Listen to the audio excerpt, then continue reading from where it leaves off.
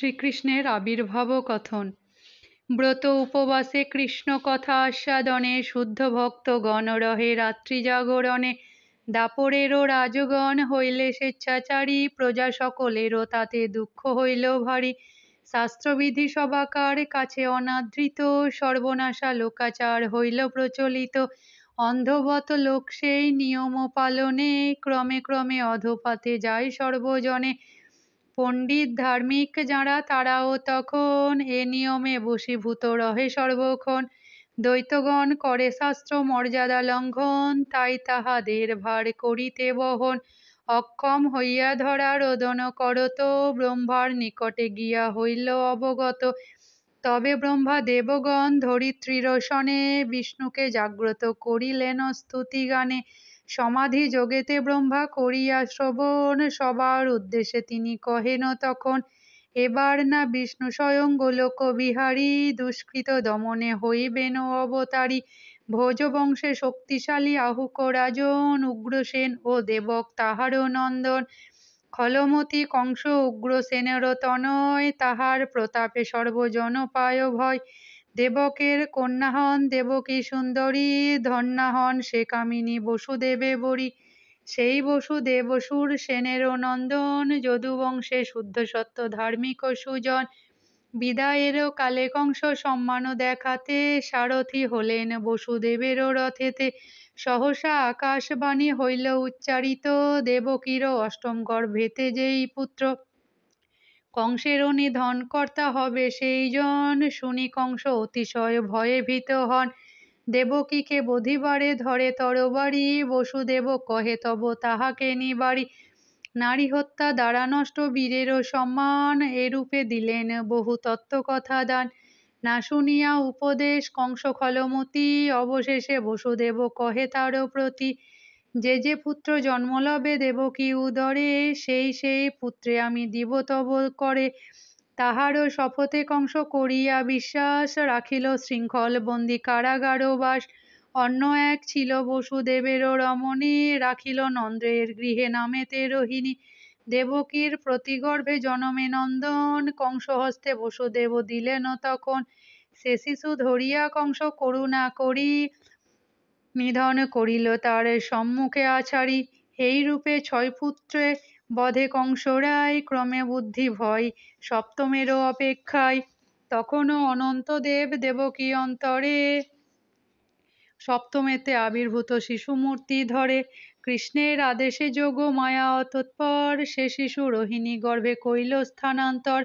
সমাজে এরূপ তবে হইল প্রচার, দেবকীর গর্ভপাত হয়েছে এবার।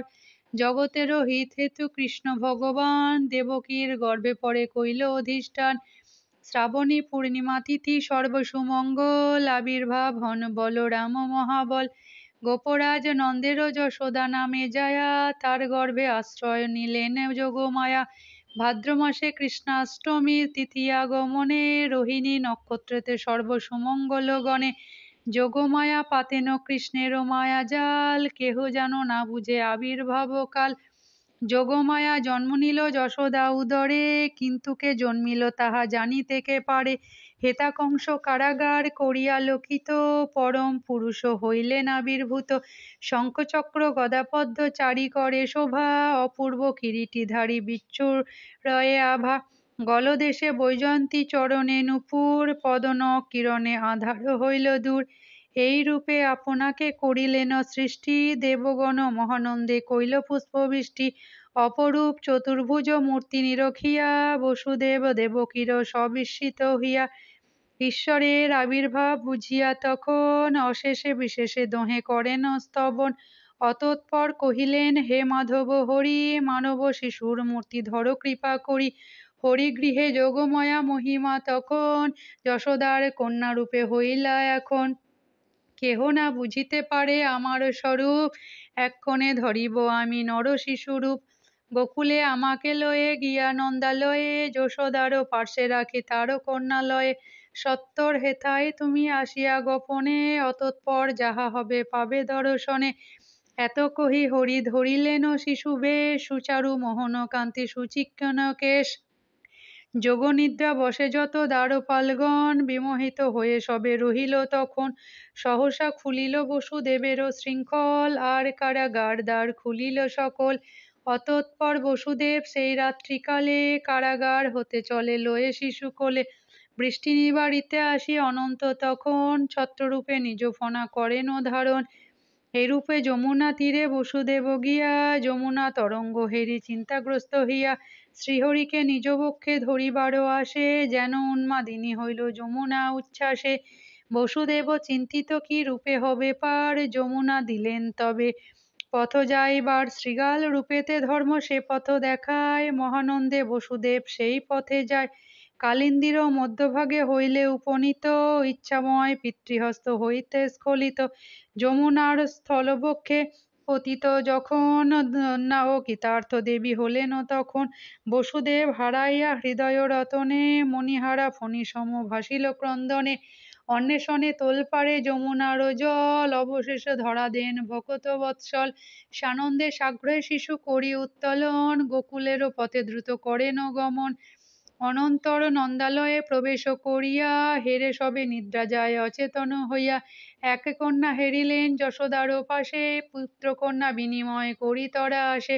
বসুদেব কন্যা দিল দেবকীর কোলে, মায়াবশে কন্যা দেখি পুত্র স্নেহ ভোলে। আপনা আপনি দ্বার বন্ধ হইল তাই, বসুদেব শৃঙ্খলিত হইল পুনরায়। দেবকীর কোলে কন্যা করিতে ক্রন্দন, মায়া নিদ্রা ত্যাজিয়া জাগিল রক্ষীগণ। কংস সদা নিজ মৃত্যু চিন্তায় কাতর, শিশু জন্ম বার্তা মাত্র শুনিয়া সত্তর। আপন শত্রুকে নাশ করিবার তরে, কারাগারে প্রবেশিল সংকট অন্তরে। দেবকীর ক্রোড়ে শিশু হেরিয়া তখন, তড়া করি তারে কংস করিল ধারণ। বসুদেব বহু চেষ্টা করে নিবারিতে, খলমতি নাহে জানে আপনারও হিতে। শিলাতে আছিরা শিশু বধিবার তরে, যেই মাত্র কংস তারে তুলিল সজরে। সহসা সে কন্যা হয়ে তারও হস্তচ্যুত, ঊর্ধ্বাকাশে উঠিলেন তথা আচম্বিত। অষ্টভুজা নারী মূর্তি দিব্যরূপ ধরি, কংসপতি কহিলেন উচ্চ হাস্য করি, হে দুরাত্মা মোরে নাসি কি ফল হইবে, আছেন সে যন্তরে যে জন বধিবে। তার হস্তে শীঘ্রতর হইবে সংহার, অতএব হিত চিন্তা করো আপনার। শুনিয়া দেবীর বাক্য অসুরাধিপতি, প্রাণপয়ে হইলেন ব্যাকুলিত অতি। জন্মিয়াছে গোপরাজ নন্দের নন্দন, মহানন্দ লোভে সর্ব ব্রজবাসীগণ। যশোদা নন্দের শনে আনন্দ না ধরে, দান করে নানা দ্রব্য প্রফুল্ল অন্তরে। স্বর্গপুরে দেবীগণ ব্রাহ্মণীর বেশে, নানা উপহার লয়ে নন্দালয়ে পশে। পরম আনন্দ ভরে হেরিয়া মাধবে, মর্তে বাস করিবার অভিলাষ সবে। চন্দ্রকলা সমবারে যশোদানন্দন, গর্গমুনি করিলেন শ্রীনামকরণ। দেবকী সপ্তম গর্ভে যেই পুত্র ছিল, রোহিণীর গর্ভে পরে আকর্ষিত হইল। প্রথমে তাহার জন্ম হইল ধরাধামে, ভূষিত করেন তাঁরে বলরাম নামে। দেবকীর অষ্টম গর্ভের যেই পুত্র, যশোদানন্দন রূপে জগতে বিদিত। সকল প্রকার তাঁর লক্ষণ দেখিয়া, কৃষ্ণ নাম রাখে গর্গ ধ্যানেতে জানিয়া। নন্দালয়ে শত্রুবারে কংস ভয়ে ভীত, কেমনে নাসিবে তারে সতত চিন্তিত। পুতনা নামেতে এক রাক্ষসী ভীষণ, তারে পাঠাইল কৃষ্ণে করিতে নিধন। ভাদ্র মাসে কৃষ্ণপক্ষে তিথি চতুর্দশী, স্তনে বিষ মেখে চলে পুতনা রাক্ষসী। মায়াচরী মায়া বলে সুন্দরী রমণী, নন্দালয়ে রাত্রিতে প্রবেশে একাকিনী। যশোদার কোলে ছিল যশোদা জীবন, তারে হেরি যশোদারও আনন্দিত মন। মনে ভাবে স্বর্গের কোন দেবী হবে, পুত্রকে আশিস দিতে আসিয়াছে তবে। তবে তারে কোলে পুত্র করিয়া অর্পণ, আপনার কার্যে গেল যশোদা তখন। এমন সুযোগ পেয়ে মায়াবী সত্তর, বিষপান করাইল মুখের ভিতর।